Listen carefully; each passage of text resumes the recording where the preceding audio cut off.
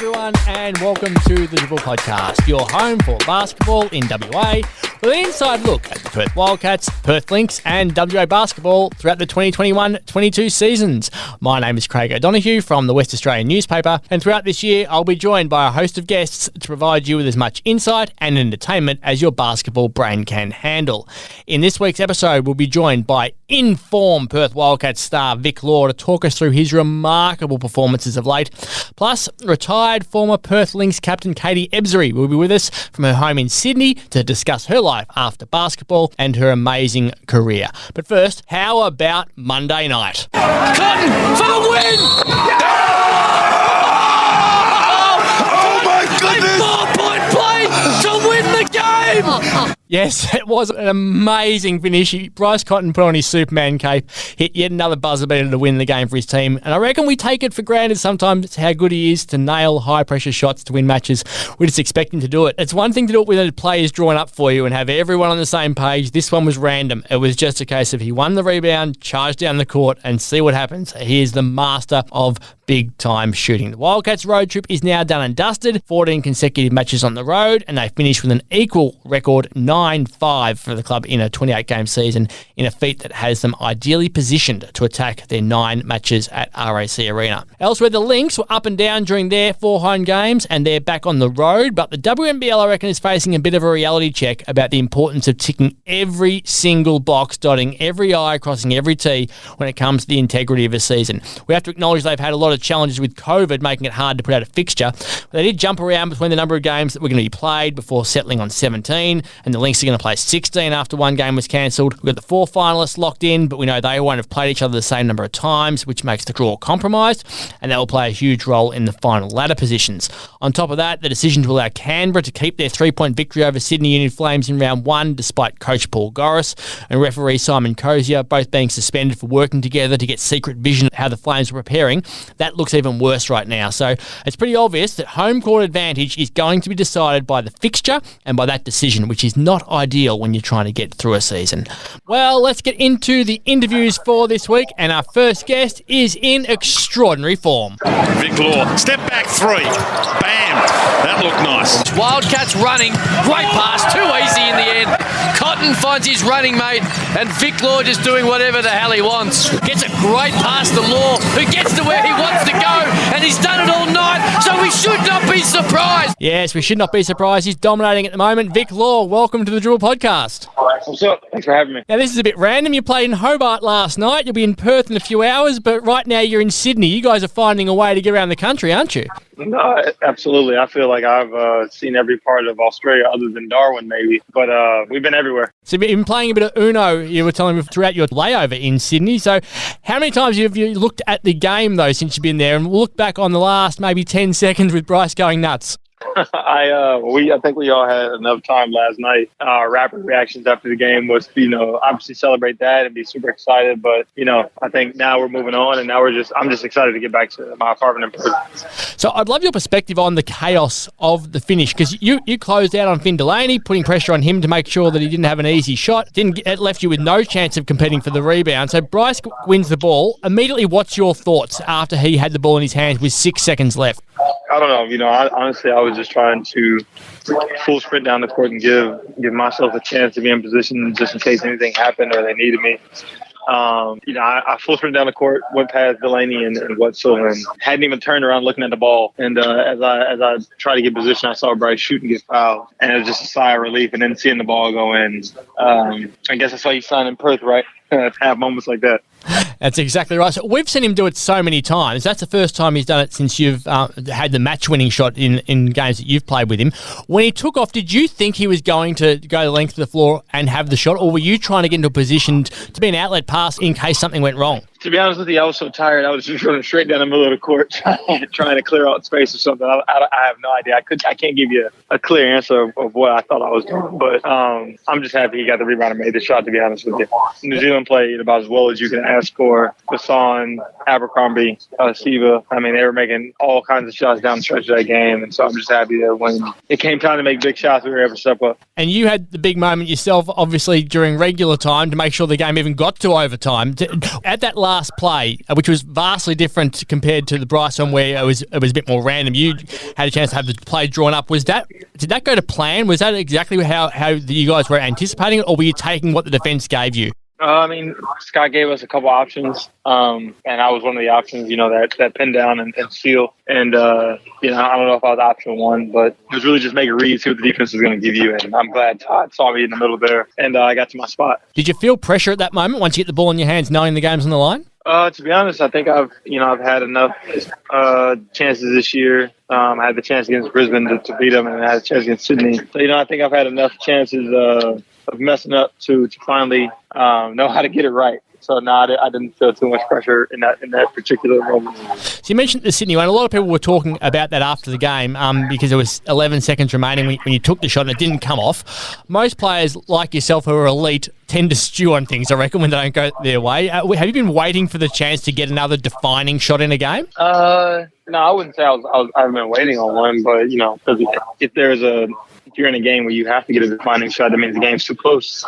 But I think more than anything, I would just, I've been watching film and I'm watching all of the games back over. And after that Sydney game, just kind of seeing that that probably wasn't the best read at the time. Just take that shot and just owning it. I don't shy away from any criticism or any open discussion. So, just knowing as a basketball player, holding myself to a certain standard, I feel like I could have gotten a better shot at that moment.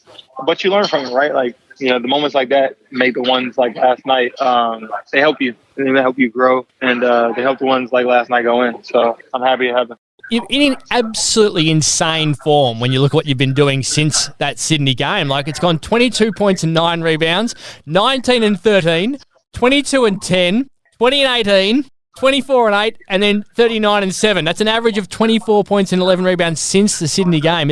What's been the secret to what you've been doing at the moment? I don't think there's really any secret. I think we, after that Sydney loss, I think that was the 3 in a row skid, right? That, and then the Southeast Melbourne game. And clearly we needed to pick up our level of intensity and just our level of play. And to be honest, Perth didn't sign me to go on this losing skid. I know it's not all on me, but I just felt like my level of intensity wasn't up to par during that stretch, especially if we were going to be on the road for so long, right? Like, we all know playing on the road isn't easy. Every team in this league is going to play as hard as they can every night. And something about playing at home, role guys and kind of bench players tend to make more shots and feel a little more comfortable when they're at home. So we just had, that long stretch on the road. So I thought we all needed to pick up our level of intensity. And the only person I can truly control is myself. So I really wanted to take a step forward in raising my level of play. So have you changed your positioning at all? Because your rebounding appears to be a bit more of a real focus, given the team is desperately looking for someone to rebound more. Have you gone from a scoring player who rebounds to a rebounding player who scores, which is a pretty significant difference when you talk about those two things? No, I would just consider myself a basketball player. I just try and do whatever the coach needs me to do. Scott has told us rebounding is a key for us to win. And if that's what the focus is, then that's what I'm going to try to do, right? Like, I don't want to go into any game trying to think I'm not going to rebound today or I'm going to rebound today. Try to put myself in position and try to box out each and every play so that I give myself the best opportunity to rebound.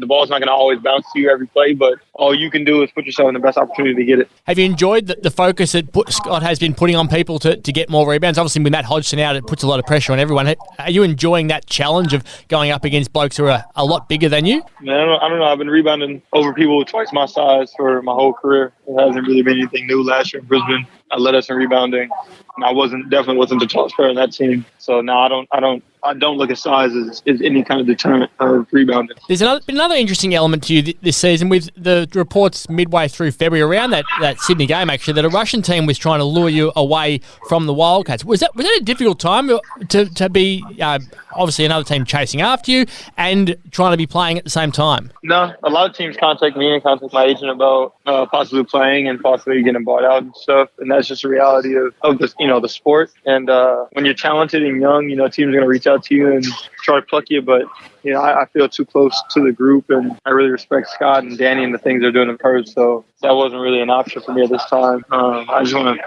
focus on where I'm at right now and continue to win. Like, as you can see, I'm 100% locked into playing right now. It's ironic, isn't it, how the world's changed, and you wouldn't want. I don't think anyone would want to be in Russia at the moment.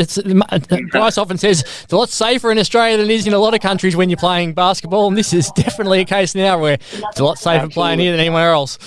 Well, given your form and what we've been talking about, this is a very good time to announce our Dribble Podcast MVP votes for the last couple of games. So against Melbourne, and with apologies to Majuk, who was stiff to miss out, we went 1 vote to Bryce Cotton, 2 votes to Mitch Norton, and 3 votes to our guest Vic Law for 20 points and 18 rebounds. He was remarkable. Then against Brisbane, it was 1 vote to Mitch Norton, 2 votes to Bryce Cotton, and 3 votes to Vic Law, 24 points and another 8 rebounds. And in the remarkable win over New Zealand, it was 1 vote to Mitch Norton again. And when trying to separate Cotton and Law was difficult, but in the end I've decided the only way you can separate them is by deciding who hit the match-winning shot. So sorry, Vic, it was 2 votes to you, and it was 3 votes to Bryce for 32 points, 9 rebounds, 8 assists, and 2 steals, plus the basket that won that game. How much are you looking forward to being back in Perth and playing in front of your own crowd, given there wasn't allowed to be anyone there last night? Like, you must be excited about having a real crowd again. No, yeah, I'm super excited to be back in RAC Arena. See the crowd. I'm not sure like what it'll look like with the restrictions and stuff, but I'm really excited to just be back in our home arena, have the home fans who are so great to play in front of, and get back into my daily routine. How difficult has it been, that routine side of things? Like, even though you haven't really lived in Perth much, like you would have been travelling so much and not having a real home. Is it important for you to be able to just live a bit more of a normal life? No, I mean, I was in Perth long enough to establish like my everyday routine and habits, getting my shots up, knowing exactly like where I could go to get my workouts in, the game day routine, having your routine at home. And then when you're constantly on the road, you're in Tasmania, then you're playing in Cairns, and you're going to Melbourne. It's just, it can mess up a lot of things, and I don't know, it can take you out of your rhythm. But I'm happy to be going back. I'm happy we finished strong, finishing 9-5 on the road, which I saw hadn't been done for a decent amount of time for the Wildcats, especially our 5-game streak. So I'm just happy we finished off on a high note. Do you feel like this is a different portion of the season? Now can you block it up and go, right, we had our 5 games at home to start, we've had our 14 now, and now it's another 9 to come. Do you look at it in segments of a season at all? Yeah, I mean, I think more so for me, I look at it in just the 2 halves of the season. I think we finished our first half, and then we finished our road tangent. Now it's time to get back get back to our home stretch and take care of business. We still haven't played enough games to not finish 500, so we still have a lot of work to do. And how do you reckon New Zealand are going to react to last night when you play them again on Sunday? I'm sure they're going to be fired up. I can only imagine that they're going to do everything they can to correct their mistakes, and they're going to look back at the film and really try and shore up their holes. So I'm expecting another battle. They're a vastly different team to the one that we've seen for most of the year, and mainly it's due to personnel. They had a lot better players to put on the floor last night than what they have been for most of the season. Were you expecting that sort of performance from them? I mean, they were definitely making shots last night, that's for sure. I think New Zealand's has a great roster. I think they have a ton of talent. I think, they've obviously been hit with being on the road just like us, and I know how hard that is. Maybe not to the extent of them, because, at least we get to go home every now and then and see people. So I tip my cap to them and their resiliency. But, New Zealand's had injuries. They've had all kinds of things you can go back and forth about to say excuses. But they have a good team. They're solid. And they compete every night. So, we'll be ready for them on Sunday. I've mentioned multiple times, we've seen some remarkable performances from yourself this season. But one of the great performances I saw was at the airport when you got back from 9 weeks away, and our cars were parked side by side. And I still have no idea how you managed to fit all of your luggage, Michael Fraser's luggage, your partner's luggage, a full bag of basketballs, and 3 people into your car. It looked so grim at one stage I offered to take the basketballs and drive them off to Bendat Basketball Centre. I think that would have broken a few quarantine rules. Are you a good packer? Are you a Tetris master or something like that? That was quite extraordinary that night, how you managed to fit everything in the car. Oh, no, man. I've just, had a ton of experience traveling. And so, when times get tough, you just try to figure it out. I'm happy Mike's Camry could get all our bags in there at once. Because, boy, were we ready just to get home.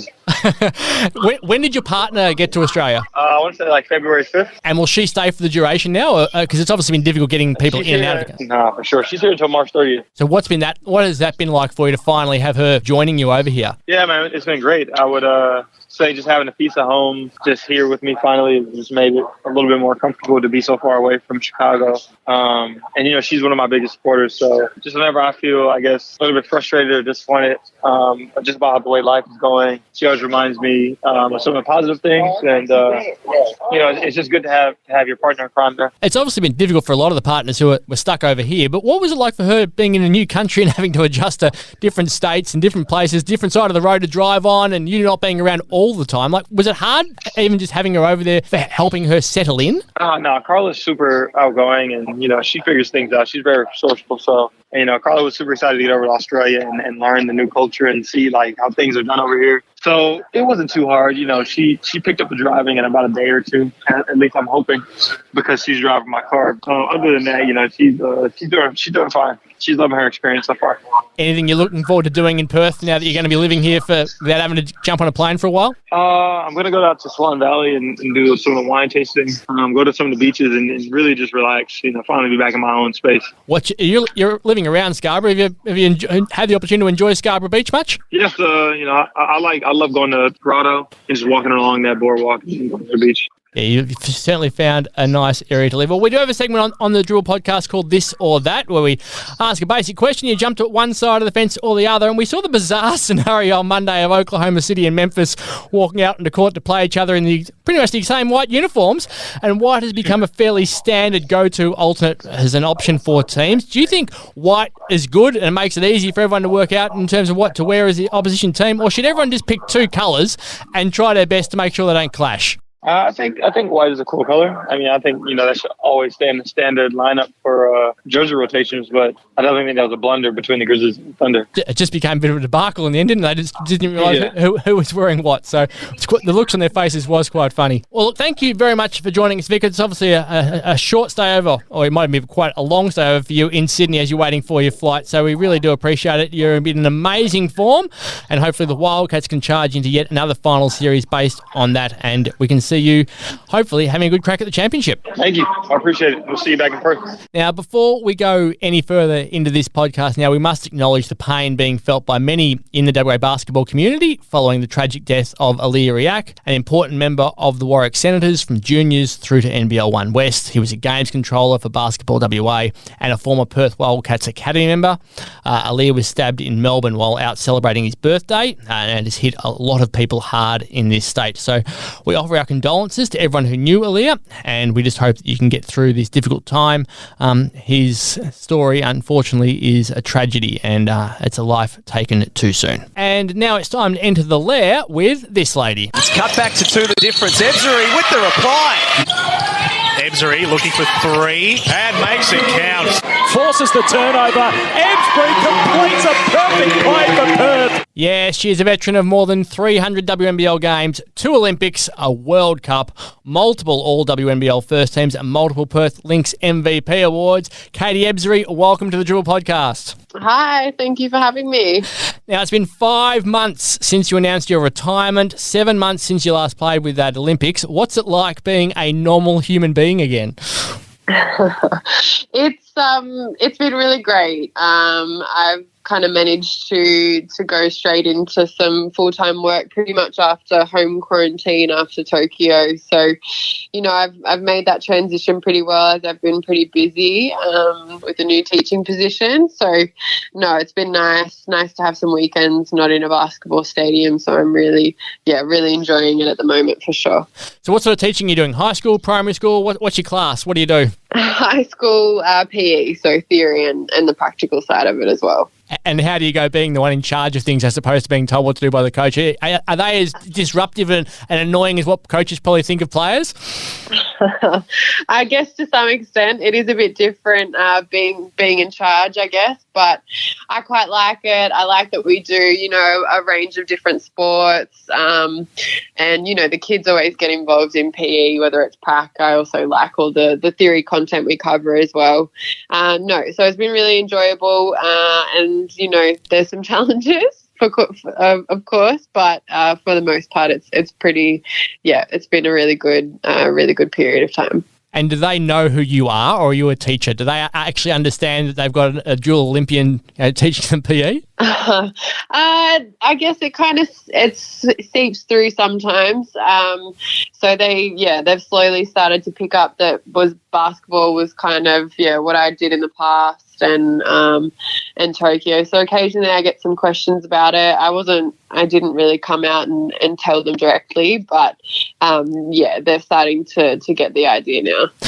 Even listening to you now, your voice sounds different to when you're a player. Like you're an intense and dedicated and professional athlete, as professional as an athlete I reckon I've ever seen. The amount of times I'd be at the basketball centre and doing an interview or Wildcats training or something, and you'd be there by yourself working on your craft, making sure that you were absolutely prepared, was just amazing. It stood out.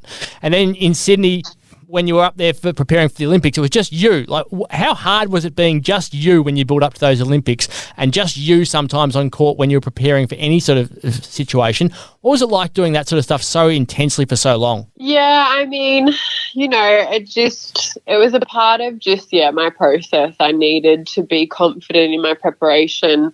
And so that meant for me, getting up extra shots multiple times a week, or just taking that time to do the extra stuff to make sure that when I was on court, it was all muscle memory, and I could, call on those things I'd already practiced. So it, on reflection, a lot of reflection after retiring, obviously, those moments are they can be particularly difficult. And I guess over, a 15-year career, those types of things just got harder and harder as the years went on. The motivation to do those things, it takes a lot to remain that motivated and engaged, and to do all those extra kind of sessions, and to make sure that you're the best possible player you can be when you step on the court. So, definitely by the end of it, and training basically on my own before Tokyo was super draining, and obviously, really contributed to just knowing that motivation had really been lowered for me, and I couldn't kind of put that same effort into it as I had for most of my career. So, yeah. So was it easy to switch off once you decided in your own head that you were retired, which was, I think a couple of months before you announced you were retiring, but once you knew, could you switch off, or did you take a long time to wind down into being a bit more like the rest of society? Yeah, I mean, it took a while, but to be honest, I was pretty burnt out by the time, Tokyo finished. I just needed a rest. I hadn't done any exercise for probably 6 or 7 months post Tokyo, just because I literally just couldn't bring myself to do anything, which is so unusual for someone that's gone from being an elite athlete to not really having the motivation to do any exercise at all was interesting, but I needed to, listen to my body at that stage. So no, it didn't take me long, but I think I was just at a point where my body needed some rest, and my mind needed some rest as well. So I was quite happy to have the rest, to be honest. When you retired, you wrote a fascinating column for Players Voice where you really opened up about yourself and said, I wish I'd been kinder to myself throughout your career. And I reckon a lot of people are like that. Everyone's hard on themselves when they're playing. How easy was it for you to finally get that out of yourself, or was it really difficult to write? Oh, it was very difficult. Very difficult to write. Well, probably not difficult to write. That came quite easy, but actually difficult to share it, I guess. As I said, there's, been a lot of reflection probably in this last, 12 to 18 months of my career. And it was somewhat healing to be able to put that together. And I just wanted to share it in hope that it would provide some vocabulary for other people that might be going through similar things. I know, these are only things I've kind of come to terms with in the last few years of my career. So if it could help someone that's just starting out or kind of halfway through their career to kind of notice some habits and make some changes a bit earlier, that was definitely kind of the goal with sharing that story, for sure. It was really interesting the past 4 games that the Lynx have had over here being home games, and we haven't seen the Lynx at home for 2 years before that. But they were forming a small circle in the middle of the court pre-game, and Taya Burrows goes in the middle, and they all push her around and treat her like a rag doll and have a bit of a muck around and a bit of a fun with it. And it's not what we've seen from a lot of sports over the years, where the intensity and the mental preparation has to be, you need to be switched on the whole time.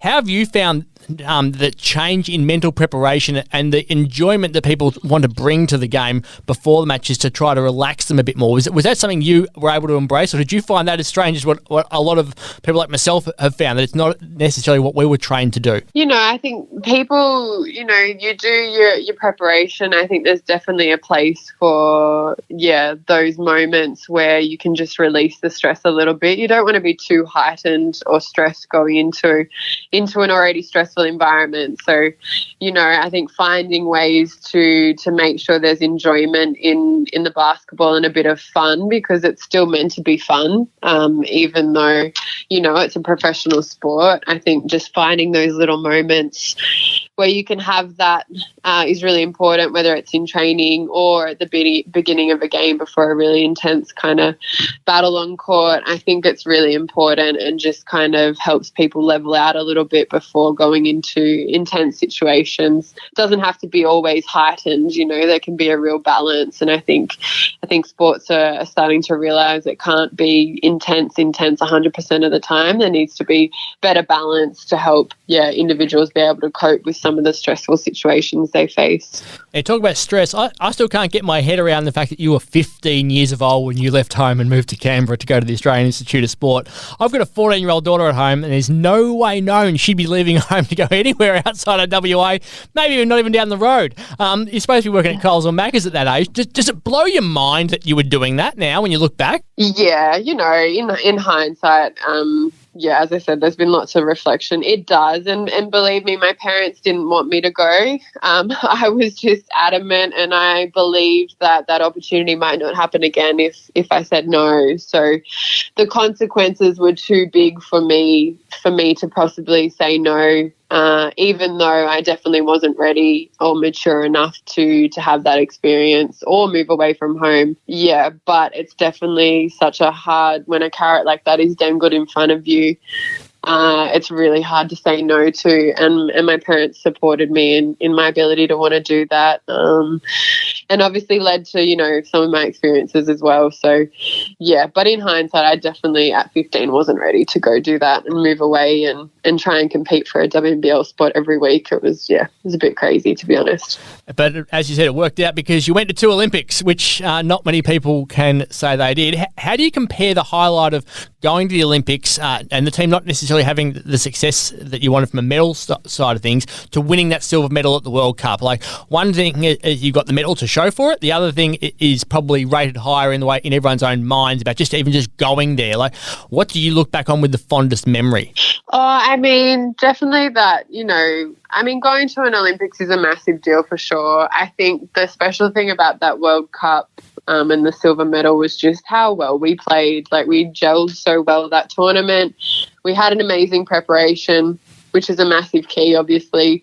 And to beat Spain in Spain in a semi-final was obviously, the ultimate. So it was such a stressful situation. The way we played really great defense, and our offense just kind of flowed from that as well. So, it was a very memorable experience. Obviously, silver medal is always going to be memorable, but the way we played and the way we got into that final was pretty special and memorable as well. Luck, I don't reckon, has been on your side from a WNBL perspective. You decided you wanted to have 1 year in Russia to experience what it was like to play in Europe, and the year you left the Sydney Uni Flames, they went and won the championship, and now you've retired and the Lynx are in a good position to challenge for a championship as well. Do you look at it all and go, oh, 1 more year, could I have got through? They were forming a pretty good team as you started to announce your retirement. Like, do you have any thoughts at all, any pings of going, I wish I'd waited a little bit longer and maybe tried to get 1 more year out of myself to win one? Oh, look, no, I didn't have it in me. And I had been having those conversations for quite a while before, way before the start of this season. So, I obviously they're doing really well. I thought we had really made some good foundations in that hub season as well. And obviously, we had a couple of people pull out of that season and we could have been much different than what we ended up. But it is what it is. Yeah, timing hasn't always been great, but I've been able to achieve some other things, and ultimately, a WNBL championship wasn't one of them, but I'm quite happy and satisfied with what I got out of my career. I reckon most people will be quite happy and satisfied with a couple of Olympics and a World Cup silver medal. And as we said, all the other individual accolades that you managed to achieve. Well, the Lynx are going very, very well at the moment, although they had an up and down period during their stay at home. So if we go to the Dribble Podcast MVP votes from the last couple of games, from the match against Adelaide, it was 1 vote Marina Maybury for 17 points from only 15 minutes on court, 2 votes to Lauren Scherf for 16 points, 7 rebounds and 1 block, and 3 votes to Sammy Whitcomb with 18 points,